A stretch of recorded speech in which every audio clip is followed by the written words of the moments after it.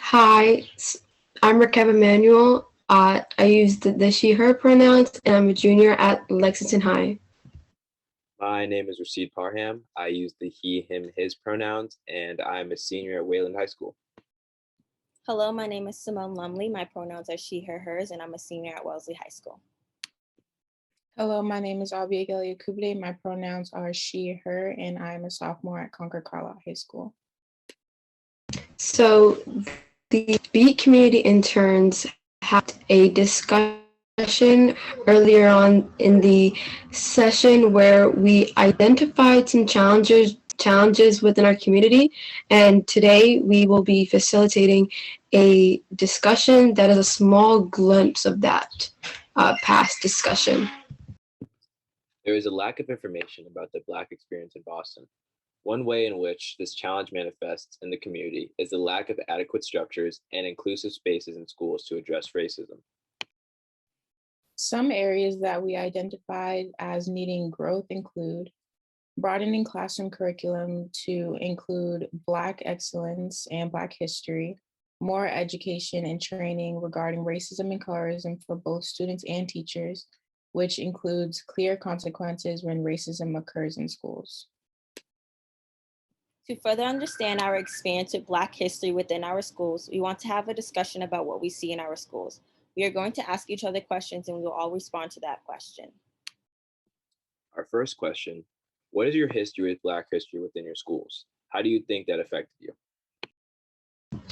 Right, so attending school in Lexington, most of the history that has been told to me has been told by one side.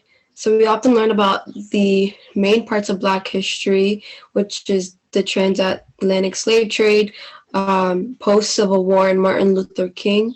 Most of this history is taught in the perspective of white history. Some of my teachers have tried to incorporate the history of the METCO program, which I appreciated, but I thought that it's something that every class should learn about, and not just my class.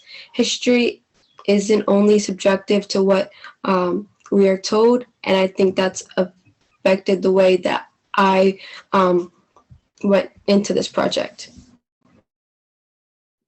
My history of Black history within my school is very repetitive and I say indistinct. The topics we learn about are usually slavery, segregation, and civil rights movement and leaders. Same names, same stories, same pictures. I think that this has had an effect in a way where I think about why we only learn about our struggles, but even so, not to the extent of what really happened. Many traumatic and important events have been left out of our curriculum, such as the Tulsa bombing, Tuskegee syphilis study, and so many more. I would describe Black history lessons within my school as teachings that are repetitive as well. And a lot of my teachers within my school are very devoted to incorporating Black history and important Black figures into our studies, such as my science teacher, who not only is devoted to teaching lessons about diseases, but she also does extra to teaching us about how it affects people of color specifically. And she also incorporates important Black figures that had a great impact in the science field. And this is a very positive example of how teachers can include Black history into their lessons to not only make the people of color in the class motivated and included, but it also educates us all on the importance of Black figures and our history. I would say my experience with history in my school is pretty similar to everyone's here. It's been very repetitive, very surface level, and very shallow. But the only reason I give my school a good review on Black history is because of my METCO coordinator, Mr. Lydell, has created a class called SIGS, which stands for Cultural Identity Group Seminar, which all METCO students are required to take. This class has helped bridge the gaps between how much Black history is intertwined with history itself, and that is taught in our history classes. SIGS has taught me so much, but my two gripes are that in the pre-COVID schedule, while I have history 4 times a week, I only have SIGS once, which leaves a lot of Black history to be desired.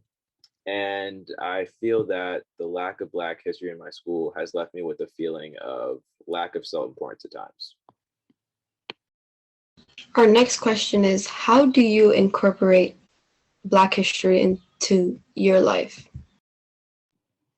I incorporate Black history into my life by everyday conversations and really just by being in my neighborhood. During class discussions or even just friendly dialogue, I speak on common stereotypes and everyday items that are stemmed from racism and/or have racial undertones, such as childhood songs, different foods, and systemic effects. Or as I'm around my neighborhood, there are different historical buildings and representations that I didn't even realize that are right around the corner of my house. I incorporate Black history into my life by involving myself into activism groups such as BEAT to spread my word on Black empowerment in a beneficial and educational way. And I find joy in educating others around me about Black history. And I also love exposing others to my culture, whether it is the music, food, or dancing. And I incorporate Black history every single day simply by being my vocal self and using every moment I can to spread my word. I feel Black history is most incorporated into my life when I'm talking to other Wayland students, having to break down what they're saying to how they can be wrong and hurtful to people of color. Broadening my horizons on my culture with music, media, and looking at people in the past. And I particularly enjoy looking at how the Black community has really shaped the fashion and music industry. In my life, I try as much as possible to keep myself educated on issues and history in general. I tend to read books by Black authors, so I keep myself educated. And I also join clubs and organizations that regard with race. Oftentimes, when I talk to my friends in Lexington, so we have to talk about issues within our schools and how we'd like to change that. How will learning Black history benefit students? I think that learning Black history will educate students about learning about the past and the present situation of African Americans and descendants of slaves. I think by enriching yourself into Black history, you can teach yourself how to think critically and explore the history of African Americans.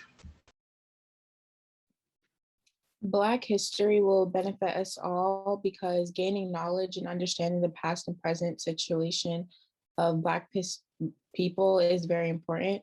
And Black history is American history, and incorporating more of it in our studies will allow us to critically examine, explore, and analyze the unique experiences of the Black existence. In the current moment, there are so many suburban kids who are now interested / showing support to the Black Lives Matter movement, who probably won't educate themselves on Black history. And I think this will be especially beneficial to them because obviously us as Black students will gain a lot from the inclusion of Black history, but I see them also being equally or a little bit less engaged, but also learning a lot. I believe that this Black history will benefit students because I think the problem is ignorance and living in a bubble. Since many students are shadowed by their ignorance and usually don't expand their perceptions on things, I feel as if being exposed to more topics and conversations you don't normally partake in does more good than harm. Do you think Black history will help prevent being told from one side? I think it will definitely help, but it's hard to say if it can prevent it completely. America is built on one-sided narratives, so broadening our history classes to include Black history is 100% a step in the right direction. But I'm not exactly sure if it will be the solution. I do think that this would help to be a start for preventing history from being told from one side. It's creating more space for thought because you're being exposed to a bigger picture. As mentioned before, including more historical moments and events of Black history will broaden the ideas and insights of some. I also feel like not only will it help people to be more open-minded, but also make them reflect on what they currently know, what they thought they knew, or what they didn't know. Like Abi said, Black history is American history, and I think once we teach students that Black history is American history, I think history will hopefully be told from both sides rather than one side. I think discussions like this will hopefully help teachers and the audience just kind of talk about which events in Black history are important. I believe that teaching Black history will, keyword help, it will aid prevent history from being told from one side, because it will allow us to critically think about history through the perspective of the Black person who is mainly impacted by the horrors of racism in America. So for our last question, if there are no changes to the METCO experience in the future and no updates to the history classes to include Black history, do you think you would send your future children to a METCO school? My MECO experience through Concord has been great, not only because the education that I'm getting, um, but also because having a group of children of color coming into suburban areas is very important. And without the MECO program, children in these towns that have a majority of white people would not have the experience of any diversity. And that also goes for the kids coming from Boston.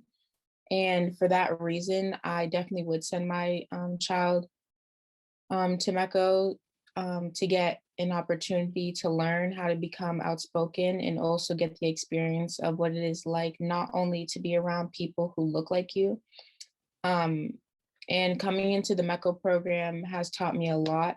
It has taught me how to deal with racial situations in an educational way, and it has brought me out of my comfort zone, and it overall showed me how to value and stand up and stand by my culture.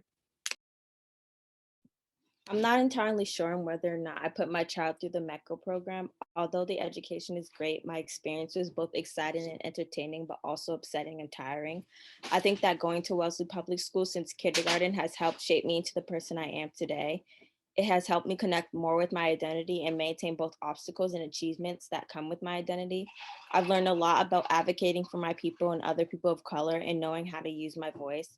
Growing up in a predominantly Black neighborhood, but attending a predominantly white high school in town, it may and can have an impact on a child through what they might experience or how they might feel, etc. The town being socially and economically different from that of Boston, there's still a disconnect, even though they attend the school.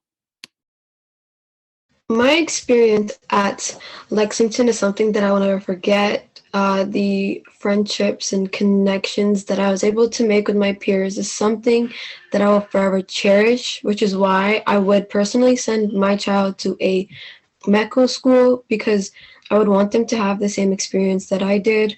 I think attending a METCO school allowed me to develop an open mind, and I strongly believe that that is very beneficial for learning Black history. And I think something that I can say from experience is that I would want my child to attend a diverse school that condemns racist actions and actively reacts to instances of prejudice and racism. So now that I'm coming to the end of my METCO experience, looking back and reflecting, it's definitely had its up and downs. I think I would send my child to a METCO school, but knowing exactly what they're going through because I've already gone through it, I can give them the support that they need throughout their own journey. I also feel like once I was put into METCO, there was no real option to leave, even if I wanted to. I wouldn't want to bring that same energy to my child, as it always leaves you wondering what life could be like if you went to a Boston testing school. From our conversation, we can say that the dangers of a one-sided narrative are the effects that it has on the individual and or group of people within society. A one-sided narrative has power over how the story is told, how many stories, by whom, and when. Since one story is profoundly told, this conceals the importance of other events, moments, and people, which then can cause doubts and for these potential stories to go unacknowledged. On behalf of the Beat community interns, we would like to thank you for your time and attention during our conversation, and we hope that you're able to understand where METCO students stand on Black history education within our schools. Thank you, and have a great night.